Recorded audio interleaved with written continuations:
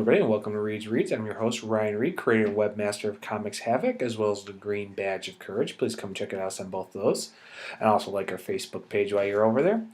So let's get talking about good old Superior Spider-Man number 10, the beginning of No Escape.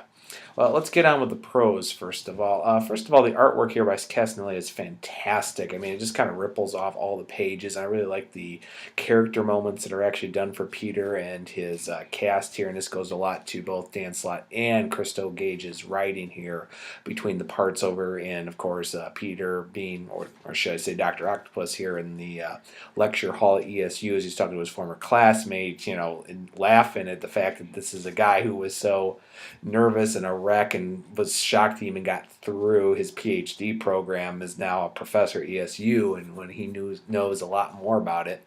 And also one thing I really enjoy here is actually the setup with J. Jonah Jameson, because you're seeing all this from big time kind of paying off now with him being so upset, wanting Smythe to die because he's basically more of a grieving widower than actually the mayor of New York, even though he used his influential powers.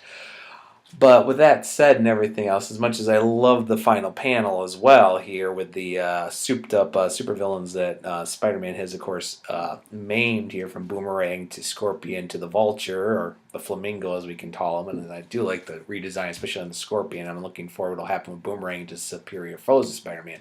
But let's get really to the cons. First of all, there's a couple of confusing marks around here. Why does J. Jonah Jameson arrive by helicopter twice at the RAF? Second of all, how he's able to decommission. I get he's the mayor of New York, but the RAF was a shield facility orchestrated by the UN to actually house supervillains. That way certain ones that were international could be housed there. I mean, it happened back in New Avengers #1 with Bendis wrote.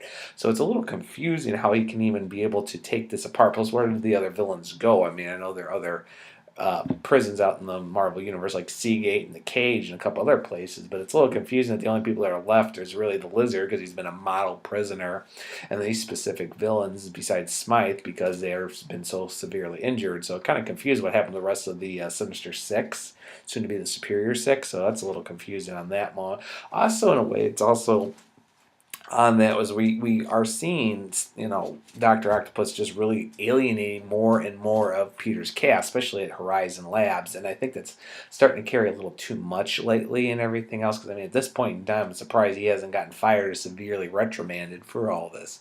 But otherwise, story-wise, it's very good, and I actually enjoyed this and everything else. I'm looking forward to the next two parts of this storyline, so I'm going to give it actually a B+. It's actually an enjoyable storyline, and it's, you know, for great art. I really enjoy the writing. I think that's between Slott and Gage, because they just work very well, especially back during their Avengers Initiative days.